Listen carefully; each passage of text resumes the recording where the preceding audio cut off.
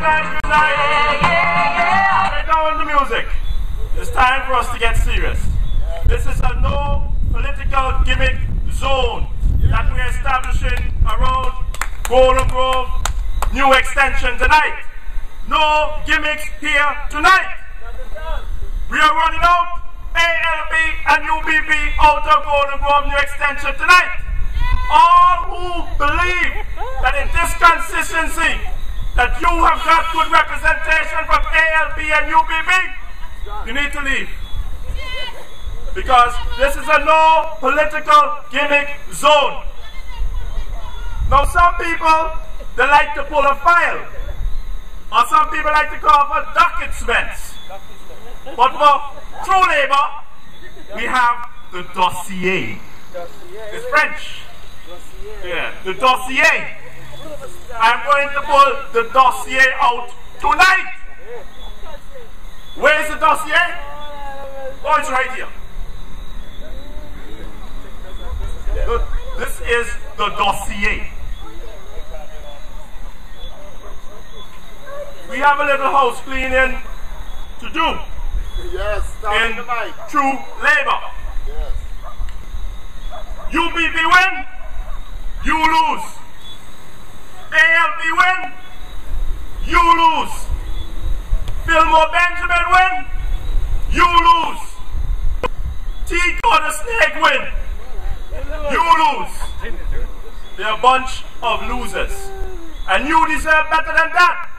Golden Grove, St. John's, Rural South. Yes. You are a loyal constituency. You have given your loyalty to these two main political parties for too many years and have nothing, if very little, to show for it. My name is Vere Bird III, the son of Vere Bird Jr. and Etlin Annetta Brown. I am one of 10 children for Vere Bird Jr. Now, people want to know what the true Labour Party is. And we are going to tell you tonight. We're going to set the record straight. That's why I say we have some house cleaning to do. The true Labour Party is the third and best option politically that you can vote for on election day. It is the third and best option. The party came into existence on the 5th of July 2013 when the organization was registered as a friendly society. We are diehard supporters of the ALP that saw corruption and undemocratic practices in the party. And after attempting to solve the matters internally by contesting in primaries based on the party's constitution failed, decided to form a democratic, inclusive party. The True Labour Party is closer to the practices of the ideologies of founders of the ATNLU in 1939 than any other party in Antigua and Barbuda present. What is our ideology? We believe in comradeship. We believe that we must treat each other a certain way, not like what they do down at 46 North Street, where they can have armed police guarding that headquarters from die-hard comrades on Sunday, but after they rig the election, Monday morning they ask you to come out and forget about that. Forget about that. We must win the election. If you see the UBP is corrupt and you are a comrade and you see corruption in your own party, you must not close a blind eye to it. Corruption is corruption, and that is a detriment to Antigua and Barbuda. Your loyalty lies to your country and not to any corrupt political party. And that is where we are. That is our ideology. Yes. I'm talking about the house cleaning now. Ladies and gentlemen, there's a man by the name of Gaston Brown that has been going around. And he's been talking about corruption. Corruption in the Labour Party. And he will be the first one to admit that there's corruption in the Antigua Labour Party. But what I am going to talk about tonight is the corruption of Gaston Brown. because he is morally and ethically corrupt. Crazy too, but we get to that. Let's just stick with the corruption now. Ladies and gentlemen, under previous Labour Party administration, it was possible for ministers of government to purchase land for peppercorn prices. Mr. Brown won his seat in City West in 1999. And in the 5 years that he was in government, Mr. Brown purchased 3 acres of national park land. National park land, I'm telling you. Land that is preserved for people, for the children, for the future of Antigua and Barbuda. 3 acres of land was purchased by Gaston Brown. 25,000 EC dollars an acre. He paid $75,000 for 3 acres of land. When did you get that sort of deal? Never. Mr. Brown was the trustee of your lands because he was a member of cabinet. And the cabinet of Antigua and Barbuda is the trustee of all government land. But instead of getting a deal for you to purchase an acre of land for $25,000 as the trustee, he gave it to himself. And I am not talking to get sued. I am a lawyer. I know what it is all about. I am pulling the dossier tonight. Ladies and gentlemen, the first exhibit in the dossier. The first exhibit. Gaston Brown purchased 3 acres of national park land. 3 acres of national park land. Registration section, English Harbour. Block number 322588. Parcel number 404. Acreage 3 acres. This is the transfer. Mr. Brown got this property registered the day before the election in 2004. The election 2004 was the 23rd of March 2004. The land is registered in Gaston Brown's name of Bay Street on the 22nd of March. He made certain that he got 3 acres of national park land for 75,000 EC in total. He is the trustee of your land, and he did not give you that deal. He made certain that he left office, or the ALP lost power, but he made a steal. A steal of a deal. We all want this sort of deal, because he says he wants to empower people, but it appears to me that he empowered himself first. Now, let us look at the moral and ethical degradation of Mr. Brown.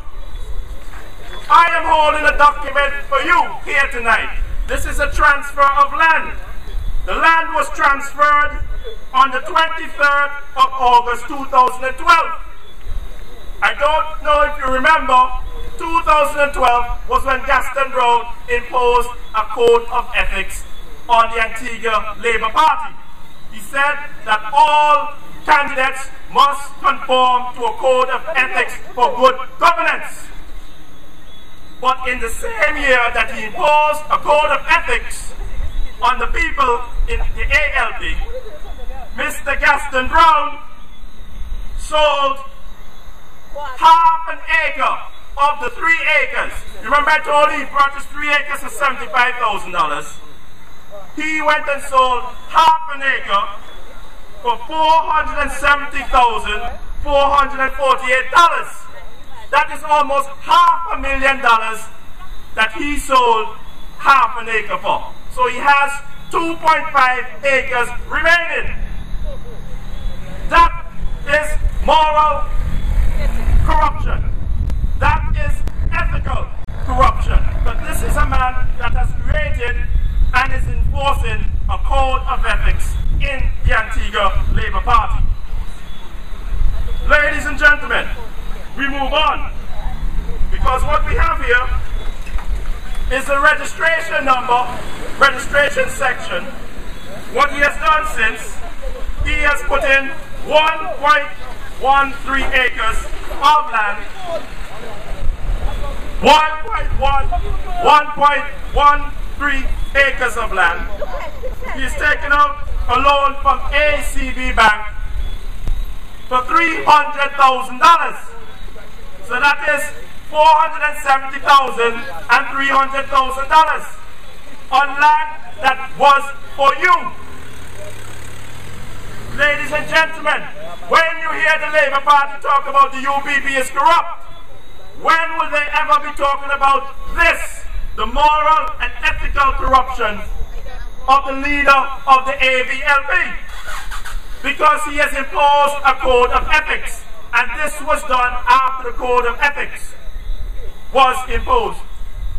And we must remember that the 23rd of August 2012, when he got this $500,000, what did he do with the $500,000? That was the 3 months before the convention. And the $500,000 that was used to kick Lester Bird in the bottom and put him in Pampers. That is what the $500,000 was used for. Ladies and gentlemen, people from St. John's Rural South, I will tell you, when you see corruption in the UBB, you must speak out. And worse so, when you're a member of the ALP and you see corruption, you must speak out. Yes. The only way for our country to progress is when we see wrong and we do not allow it to go unspoken about. Ladies and gentlemen, the best prediction of future behavior is past behavior. Yes. And that is what I'm telling you to think about. I have told you that a man who was a trustee of your land purchased 3 acres of land for $75,000 EC dollars, then went and sold half an acre of that land in 2012 for $500,000. When will Mr. Brown ever do that for you? He's done it for himself. That land was not for you.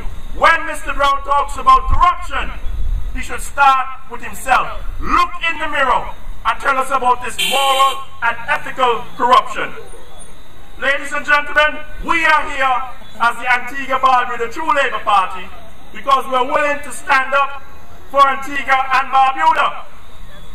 We're willing to say we love our party, we love the ideologies in the party, but the people in the party are doing wrong. Yes. And somebody must say something about it.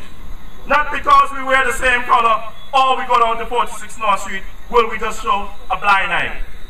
It is wrong and we must deal with it. And that is what we are promising you in St. John's Rural South. We are promising you a government, candidates who are willing to stand up for you and to do the right instead of the wrong. With no baggage. With no baggage. With no ill-gotten gains. Covetousness. That is what is taking place here. Yes. And let me tell you this. I joined the Antigua Labour Party in 2005 when they imposed the new revised constitution of that party. And that party, I still have a challenge what has gone on before that convention. That has been unheard. And if we can't hear that challenge, and if we can't change that party from within, because we did challenge within the party, we attempted to hold primaries in St. John's Rural South. I was supposed to have a primary against Tico Lake. It never took place. So you know what I said to you tonight? I'm pulling from my dossier this document. Antigua Labour Party, reconstituted May 19th, 2005. Name, Vere C. Bird III. Joining date, 7/4/05. My membership number is 2013. We warn you, get everything. And the dossier this year. And let me tell you, my membership number is 2013. And do you know what the motto on that is? United we stand, divided we fall. And I'm telling you tonight, God bless Papa Bird. Yeah, man. God bless Lester Bird. But there's a time when you have to stand up for what is right. And if you cannot get it in the Antigua Labour Party, then we're going to get it in True Labour. Yes. Papa Bird may have, Lester Bird may have, but God bless the grandson and the nephew that has his own.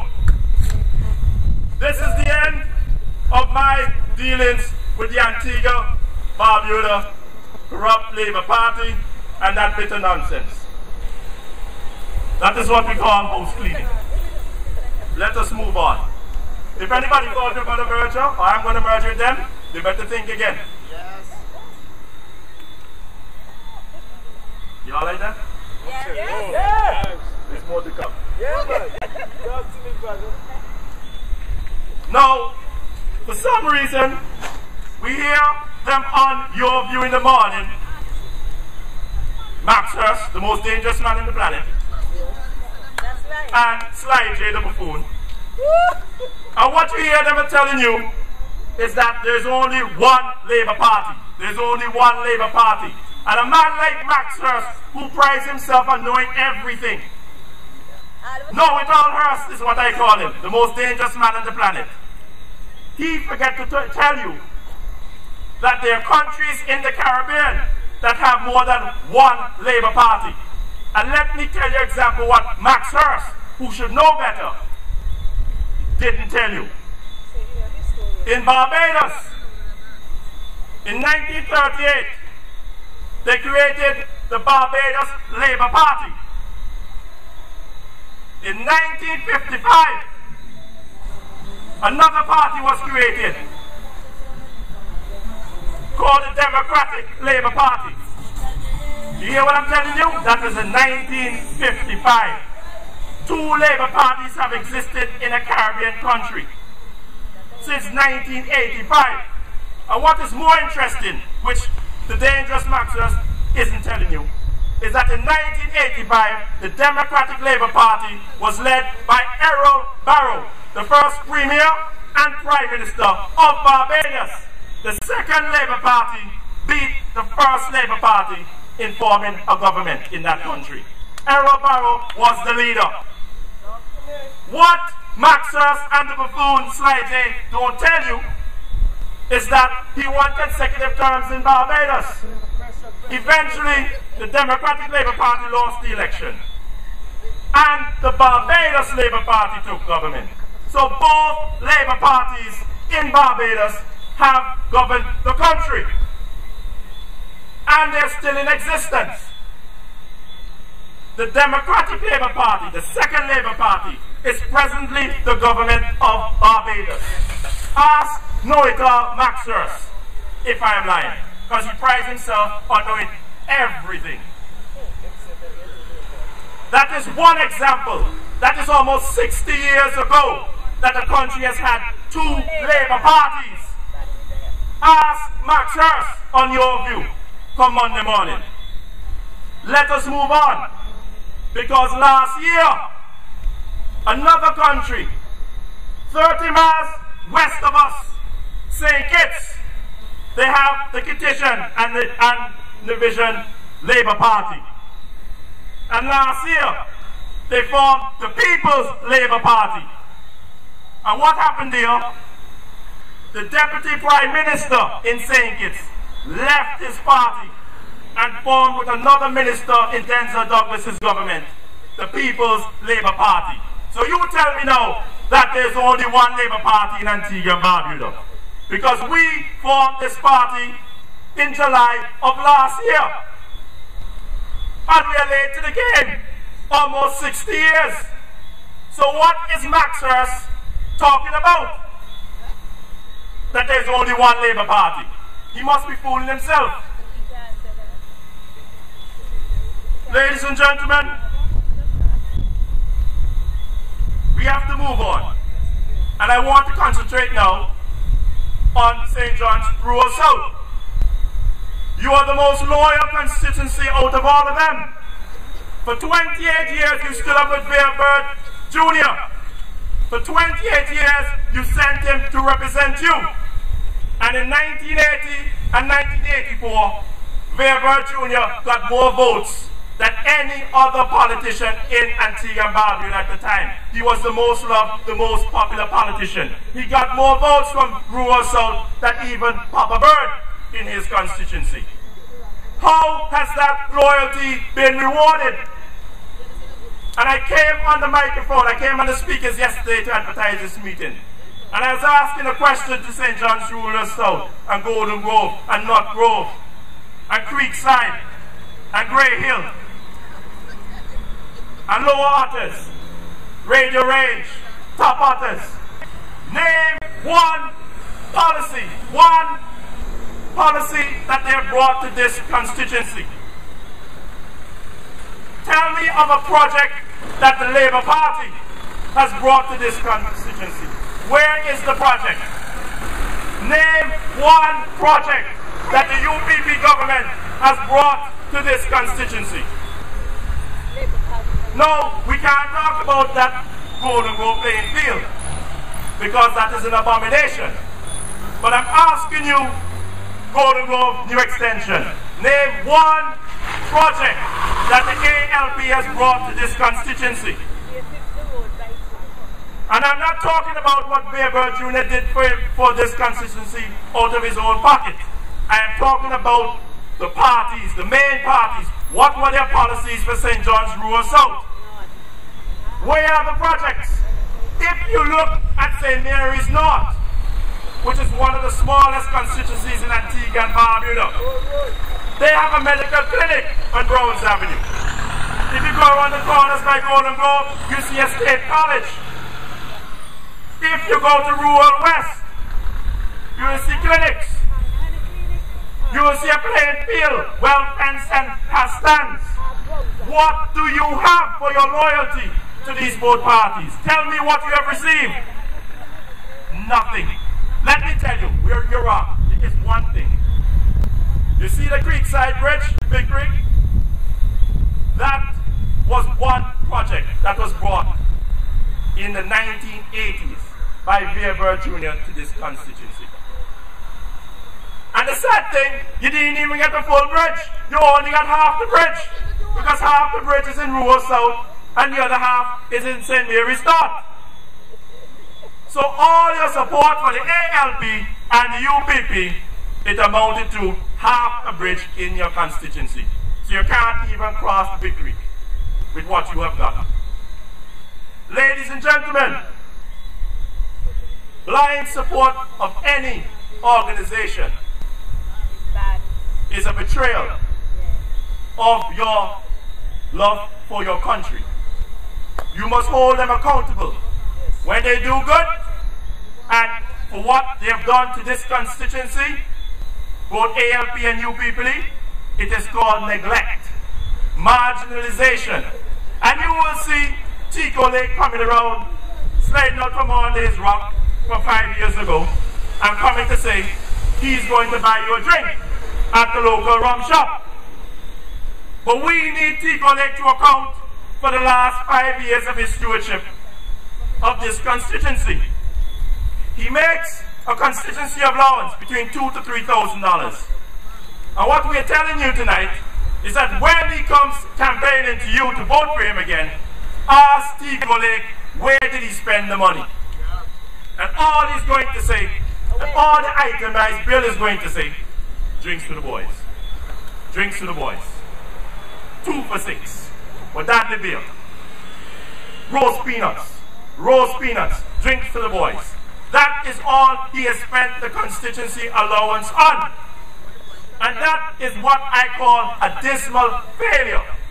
Because if Chico Lake was a success, after 5 years, he would not be having to buy the boys drinks. The boys would be employed, having jobs, and would be buying Chico Lake drinks. Congratulating him for the hard work he's done. He's kept them employed. Drinks to the boys. Drinks to the boys. That is his campaign strategy. He's going to come around very soon, slithering out from on his rocks. And he's going to come and say, would you like me to buy your daddy beer? That That's 2 for 6. 2 for 6. Roast peanuts. Roast peanuts. Now let us deal with the UPP. They have a gentleman by the name of Dr. Fillmore Benjamin, who has never been involved in politics before. He's never shown his face in the constituency to that extent of some interest in these communities. And now, for some reason, he must have on the wrong side of the bed and determined that he wants to run for politics. But I will say, since the passing of my father, and since he ran in 2004 for the last time, that the tragedy that has happened to this constituency and these communities therein is that they have elected political novices to represent them. They went with Winston Williams in 2004. Can you tell me what political experience Winston Williams had leading up to 2004? Can you tell me? He can build a He can build what? What? He can do what? One don't belong to him anymore.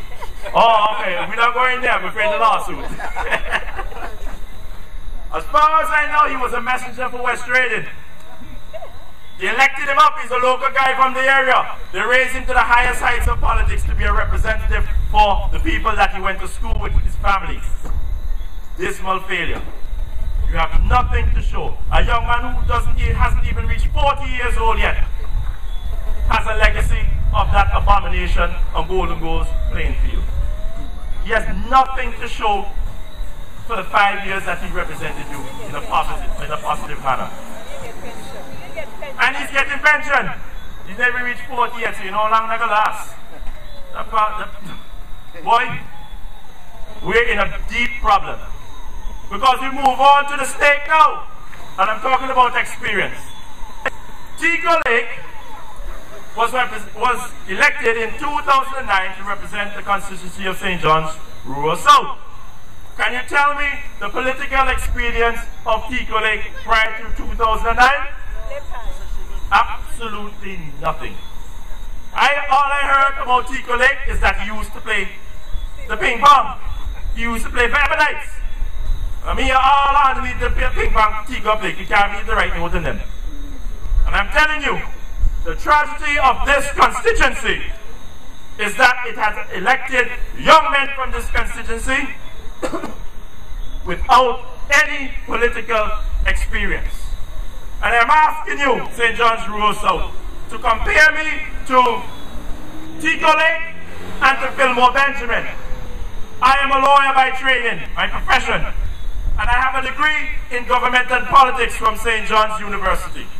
And I am telling you that the neglect that has happened here in this constituency will not happen if you elect me to be your representative. This neglect is bordering on criminal. The neglect for this constituency, which has been loyal to these parties, it is the worst in Antigua and Barbuda. Because in this constituency, which at one point was the second largest constituency in Antigua and Barbuda after Rural West, doesn't have a medical clinic. You don't have a community training center, a computer center. You don't have a police station or a police substation in this constituency. Why not? Why don't you have it? You have come out and you have supported these parties. So a constituency which is still numbered among the top 5 largest, not only in size territory, but in population density, does not have a medical clinic to look about the young and the elderly. The mothers who are pregnant, it doesn't have a medical clinic to look about people who fall sick at night and they have an emergency. So until the ambulance comes, they can get first aid. Why is St. John's Rural South being neglected? That is what we need to find out. And I'm saying to you, if you elect me we are going to get some answers. Because whatever it takes, St. John's Rural South deserves better. You deserve better because you have been loyal to the ALP for so long and the UPP. No police stations for Golden Grove, New Extension. No police station whatsoever. How can you feel comfortable to sleep in your bed at night knowing that the police say they're patrolling? No, it's not patrolling anymore when policemen walk around on foot. They will drive down to the bottom of the extension and they will leave. And the criminals are watching them drive down to the bottom of the extension and leave. And that is when they break your house. That is when they commit their rapes. That is when they do the burglaries, the robberies. That is when they interfere with the little kids. So I am telling you tonight, you will get a police station or a police substation, permanent presence in this community to fight crime. You will get a police station. You need it. Your life is at stake the way things are set up right now. You cannot feel comfortable knowing that a police patrol car is coming down every hour because it is a large community down here. And those thieves are smart. They're just waiting for them to leave. What we also plan to do for you in this community, in St. John's Rural South, the constituency, we are going to create jobs. Because what you're hearing from both political parties is nothing but gimmicks. What you hear from the ALP is that they're going to build 500 houses in 500 days. 500 houses in 500 days is only a year and a half of work. So you are going to elect Tigo Lake to give you a year and a half of work, but you have 3.5 years remaining for his term in office. Where are the jobs? 500 houses in 500 days. If you look in the Daily Observer from Monday to Saturdays, you see all the houses that are up for auction because they are in foreclosure. People cannot pay for these houses. So tell me now, who is going to pay for these houses? People don't have money to pay their rent, but the ABLP is telling you they're going to give you a mortgage. And what we are saying, 500 houses in 500 days really means 500 foreclosures in 600 days. Because you've missed the payment on your mortgage for the first 30 days. You will miss the payment on your mortgage the next 30 days, that's 60. And then you miss it for the third occasion, that's 90 days. And the other 10 days is for the bank to write to you to tell you that they're going to auction your house and you are in foreclosure. Do not listen to the Labour Party gimmicks. It sounds good. But you know, what I compare the Labour Party and the UPP to is Muhammad Ali. You remember back in the day when Muhammad Ali used to put on a show before the match? And he'd be boxing, and he'd be, shadow boxing. What all he's connected with is ear. That is the Labour Party and the UPP. They put on a good show, but they're not connected. Nobody getting any hits. Nobody getting anything as political policies for the future. Do not listen to the ALP and the UPP shadow boxing. It is pure gimmicks. Ladies and gentlemen, we're going to move on to the CIP. Because CIP, Citizenship and Investment Program, is what the UPP is saying is going to revise our economy. CIP means that they're going to sell our passports for $250,000 EC dollars. 250 US dollars. I stand corrected. When somebody purchases a passport for 250,000 US dollars, they get citizenship. And with citizenship, they can purchase any land in Antigua and Barbuda. And what is a tragedy is that this government, the UPP government, has earmarked all the remaining beachfront properties as lands to be sold. All the remaining beachfront properties will be sold to the Citizenship and Investment Program. They're going to sell out the lands that my grandfather, Vere Sr., purchased on behalf of the Antiguan and Barbudan people. And if you lose that land, you will never get it back again. Never. You are losing your country. You will be a displaced people in Antigua and Barbuda. We pride ourselves on being the land of 365 beaches. But how is it possible that in 10 to 15 years, we, the government of Antigua and Barbuda, will lose all the lands on the beachfront that it owns presently? All the remaining beachfront. What are you saying, Angela? Name the lands? Oh yeah, let me get the dossier right now. I have to pull that file up. All the lands that are sold, that are going to be sold, I'm going to call them out to you. I have it right here. At least I hope I have it right here. Let me see. And that is the problem, ladies and gentlemen. All the beachfront properties are going to be sold. Unfortunately, don't look like you're happy with me tonight. But I'm going to call them out for you on some other occasion and let you realize the damage that this UBP government plans to do to this country.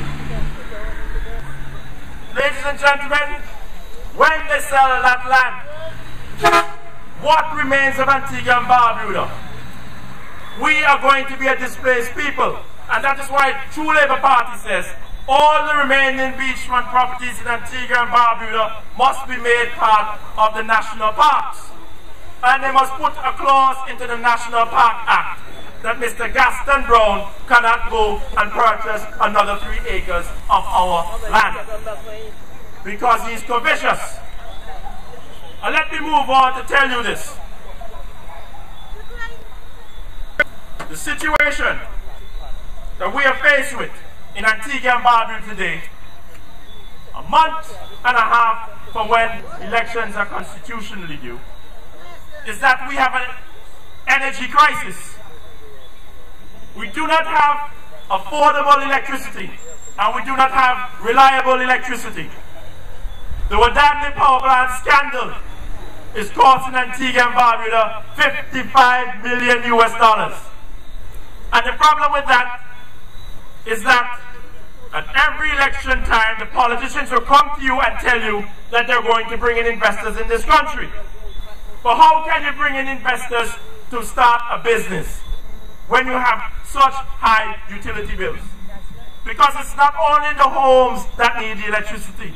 The businesses, the manufacturing, the industry in Antigua rely on the same electricity. And if electricity is too high, that is going to cut in and has cut in to our economy, how much we produce. There is an energy crisis in Antigua and Barbuda. It is affecting us in the homes because our bill is not only double anymore. Doubling of the utility bills finished in 2009. It is now triple and quadruple now. And that is the problem. No political party outside of True Labour is talking about the Wadadli power plant scandal. All they are telling you is they must win. UPP now more than ever. We have an election to win. That is what the ALP will say. When will the issue of the Wadadli power plant be addressed? Because the businessman in town, when he looks at his overheads every month, is going to say, I can't employ more people, or I'm going to have to fire people. Because at the end of the day, he is running a business, not a charity. And if he cannot make us a substantial amount of profit, that means there's no work for you. It's not a business. That is a charity. This scandal is the most important issue leading up to this election, because we cannot grow an economy with the position of our energy supply. But no party outside of True Labour cares to discuss it. They fear this whole policy. They are both the same. What we are saying is what we are going to bring jobs to this community, to Antigua and Barbuda. ALP is talking about 500 homes in 500 days and give you a year and a half of work out of 5-year terms. UPP is talking about selling our passports and selling off our beachfront property. True Labour Party says we'll be investing in light manufacturing. We are going to have plans and encourage businesses to start light manufacturing in order to furnish the needs of our hotels. All the bed linen, all the hangers, all the detergents, all the toilet paper, all the ingredients that the hotels need, whatever the hotels need to keep the hotel running, must be produced in Antigua and Barbuda, and that is how we're going to find jobs for you. It has to be done through light manufacturing. Do not believe ALP and UPP when they come to you and every 5 years and tell you that they're bringing new investors into Antigua and Barbuda, because they are none. The quality of the investors that are coming to Antigua are the bottom of the barrel, what we used to have 20 and 25 and 30 years ago. Bottom of the barrel. When you hear about that project going on up at Long Bay, do you realize what is taking place? The sort of concessions that are being made by this government to Butch Stewart for beaches. They're getting 15 and 20 and 25-year tax exemption. Exemption on material, exemption on the goods, exemption on works that can come from Jamaica and other islands to work in your country. By the time you add up all the money that you will lose in 25 years, you are basically, or we are basically paying Butch Stewart to put up his hotel and to employ our people. That is a political gimmick, and you must realize that. We will be finding jobs for your children, for you. We are going to keep your head above water. And what we are saying, it has to be through light manufacturing. There was a time in Antigua and Barbuda where we used to produce toilet paper. We used to produce cigarettes. Biscuit. At one point in time, we even used to make cars. I know that some of you may be young, but we used to make cars up there by Cooley's Industrial Park. The Hustler, Hustler 1 and Hustler 2. We used to make cars in Antigua and Barbuda. Ask your parents, ask your grandparents, why can't we have light manufacturing plants to provide work for you, to cater for the hotels? Whatever products they need to run that hotel, the hangers, the bed linen, the bathrobes, that is what we will be producing here in Antigua to sell to our hotels, because there will be no shipping involved, because most of these products now are purchased from the United States or from Trinidad. And what we're saying, we can be competitive because there will be no shipping involved. They will be produced here. The government will be having a policy on the true labor to keep this economy moving ahead through light manufacturing. Ladies and gentlemen, we're going to repeal the Magistrates Code of Procedure Act, because in this community, you and your children have been scrutinized, has been stigmatized by the police for far too long if you smoke a spliff. The Magistrates Code of Procedure Act 2004 was what was put into place when the UPP attained office. And now your children, or even you, when you have a problem with the police, and you're innocent until you're proven guilty. A lot of the offenses now, you do not get bail in the magistrate's court. You have to go to the High Court to a judge to get bail. And we're saying we're going to repeal that, because too many young men are being stigmatized, because as soon as you do one of these offenses, or innocent until proven guilty, you are remanded in jail. And what we're saying, for the sake of the young children in this community in Antigua and Barbuda, they should be able to get bail by a magistrate in the magistrate's court. A bail in the magistrate's court costs between $500 to $800 EC dollars. When you have to go before a judge in the High Court, that is over 2,000 EC dollars that you have to pay a lawyer, because the lawyer has to fill out forms and affidavits. I have to go to the prison and send a court officer of oath, commissioner of oath, to go down to the prison. You have to pay them also to go to prison to make certain the individual signs it and witnesses in front of the commissioner of oath. All of that is costing you money. It's stigmatize the children because they are in jail with hardened criminals. Yes. Poor people cannot afford just 2,000 up for bail, for simple bail.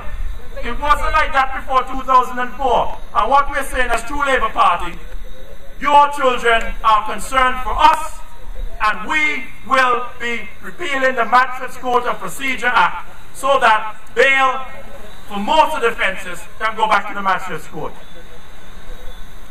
Ladies and gentlemen, let me tell you about crime. I was mentioning crime to you earlier in regards that we have to have a police station in this community. But before even that, the policy of the Antigua True Labour Party, when it comes to crime, the first people we're going to deal with is the politicians. Yeah, man. Yeah. The politicians. Because these politicians are the ones who keep breaking the law with the Tenders Board Act. We have an act that says all expenses on the public purse, all contracts, all agreements that the government has must be put out to tender. Meaning that everybody in the community who has an interest or think they can do this job efficiently and cost effectively have a chance to put in a bid to get that contract. It has not been upheld.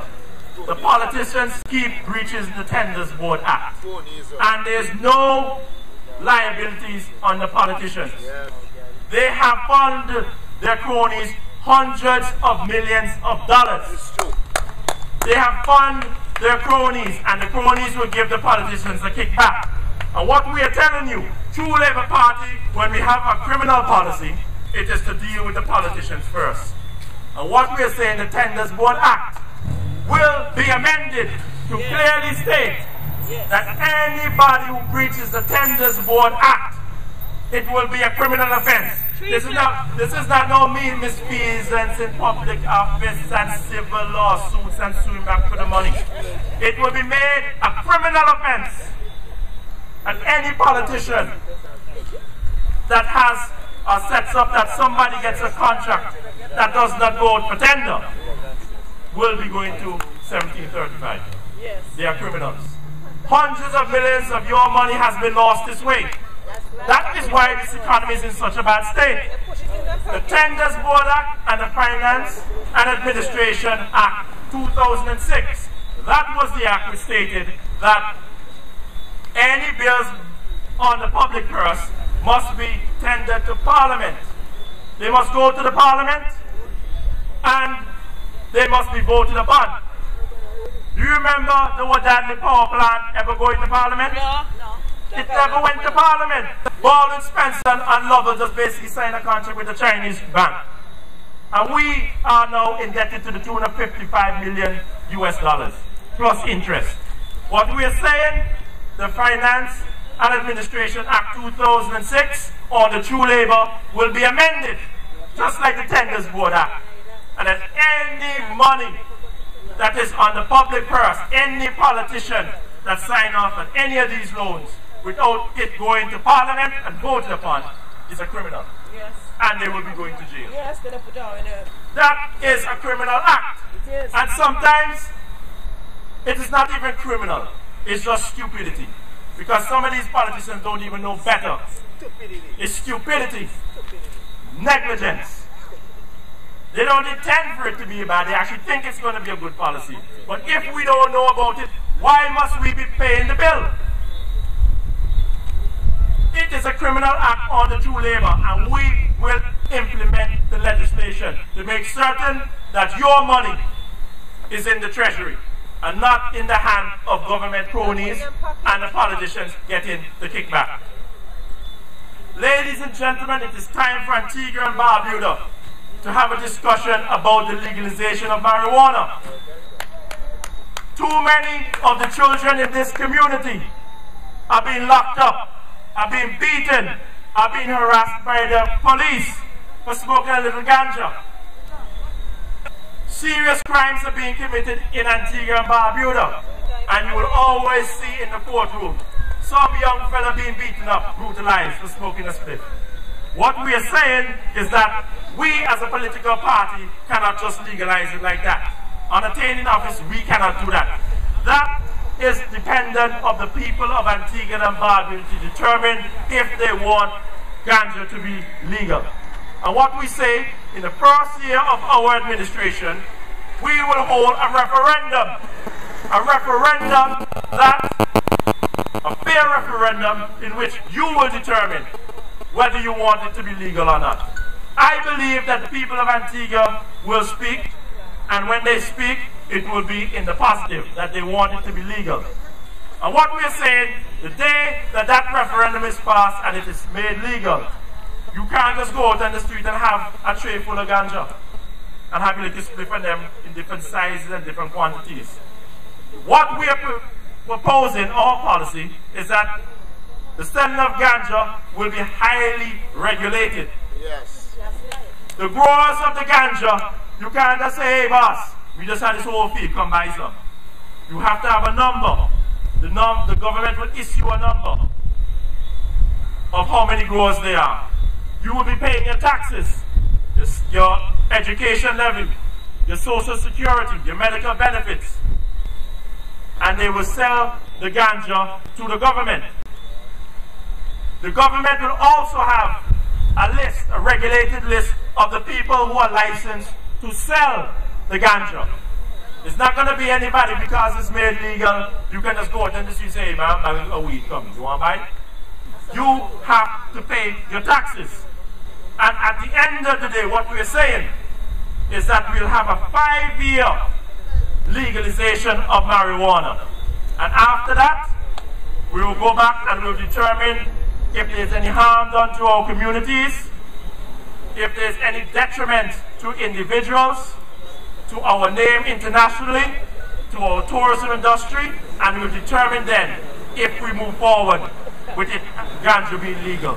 But I am hoping within the 5 years that we go through this experiment of legalizing ganja, that our national debt will be paid off. Because at the end of the day, 500 houses in 500 days will not pay off that national debt. The CIP selling passports will not pay off our national debt. We say legalize the ganja for 5 years and we can wipe off that national debt. You're not alone. Live, I'll be right there for you. You're not alone. Live, I'll be right there for you.